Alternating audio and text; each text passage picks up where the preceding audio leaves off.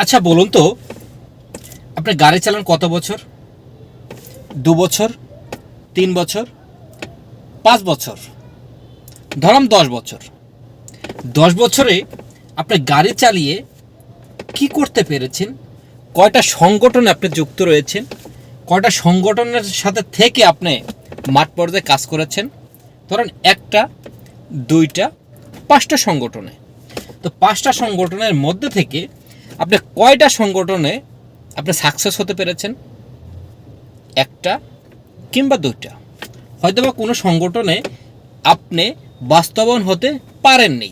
অতএব আপনি যদি এখন ভাবেন যে আমি 5টা সংগঠন থেকে কাজ করেছি এবং এটা পদে ছিলাম, ওইটা পদে ছিলাম, আমি কিছুই করতে পারিনি, অতএব আপনার মাঝে কেউ যদি আসে বলে বাংলাদেশে এমন একটা সংগঠন রয়েছে যে সংগঠনটি বাংলাদেশে প্রত্যেকটি চালক ভাইয়ের জন্য উপকার করার জন্য, চালক ভাইয়ের জন্য, আমাদের জন্য মাঠ পর্যায়ে কাজ করে যাচ্ছে, তখন বলেন তো আপনার মনের মধ্যে তখন কেমন লাগবে? হয়তো বলবেন এরকম সংগঠন বহু দেখেছি, অনেকবার করেছি, কিন্তু কোনো বাস্তবায়ন করতে পারিনি।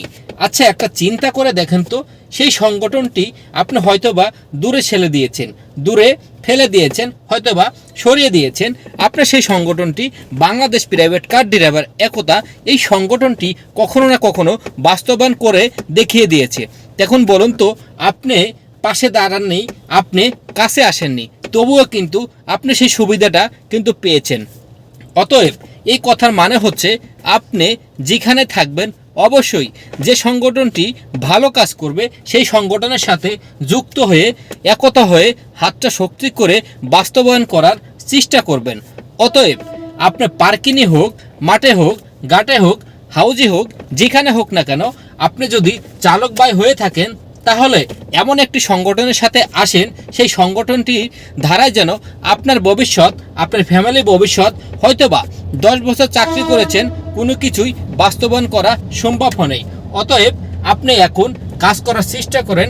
আপনার যে সংগঠনটি রয়েছে, যে দাবি রয়েছে, এই দাবিতে আপনি যে স্যালারিটি পাচ্ছেন, এই স্যালারি থেকে হয়তোবা 18,000, 20,000 এমন একটা সংগঠন রয়েছে, সেই সংগঠনটি বাংলাদেশে টপ লেভেলে আছে, হয়তোবা স্যালারি 25 থেকে 28,000 টাকা বৃদ্ধি পেয়েছে। তো সেই সংগঠনটি আপনি না থেকে কোন সংগঠনটি থাকবেন?